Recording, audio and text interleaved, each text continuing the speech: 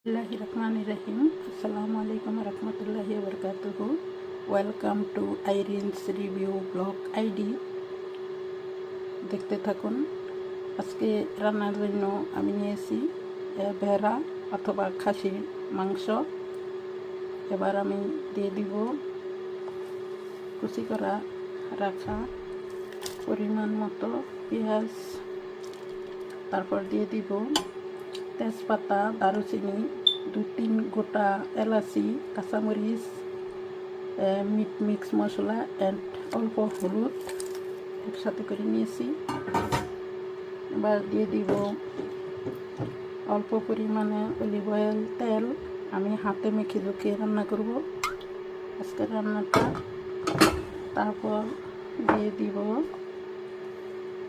Paste করা আদা রসুন, সাথে অল্প জিরা পরিমাণ মতো, আপনারা কম বেশি দিতে পারেন। খাসির মাংস একটু মশলা মধ্যম পরিমাণ খাটে। এবার দিয়ে দিব আমি পরিমিত লবণ। তারপর হাতে মেখে আমি কষিয়ে নিব। ফিরে আসছি, আবার দেখতে থাকুন। দেখুন আপুরা ভাইয়ারা, ফিরে আসলাম আবার।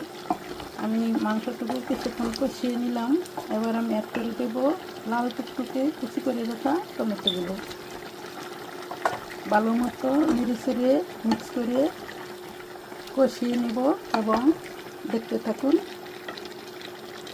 আজকে ভেড়ার মাংসের সাথে থাকছে কচু শাক উইথ চিংড়ি এবং অল্প পরিমাণে আতপ চালের ভাত। দেখতে থাকুন। আমি ফিরে আসলাম আবার আমার মাংস রান্নাটায়। মাংসটা হয়ে গেছে। আমি এর ফাঁকে অফ ক্যামেরায় আমি একটু ভেজে নেওয়া জিরার গুঁড়ো দিয়ে দিছি। এখন আমি দিয়ে দিব অল্প লেবুর রস। আপনারাও দিতে পারেন, আমার কাছে ভালোই লাগে লেবুর রস দিলে। এই দিয়ে দিলাম। এখন নেড়ে ছেড়ে শেষ করে নেব আমার মাংস রান্নাটা।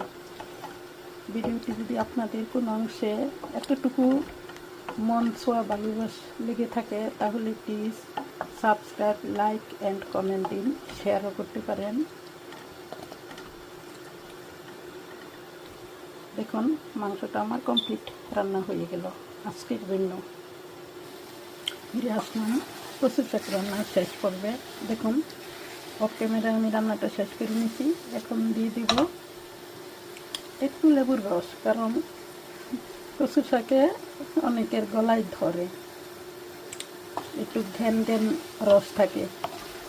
কিনা কচু তো কোন দেশ থেকে আসছে জানি না, হাজব্যান্ড সামনে পাইলেই আমার জন্য কচু শাক আনে, কারণ আমি অনেক পছন্দ করি।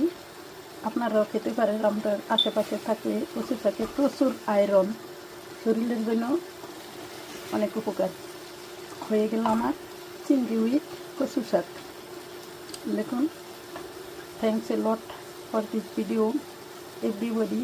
Again, assalamu alaikum wa rahmatullahi wa barakatuhu. Allah Hafiz.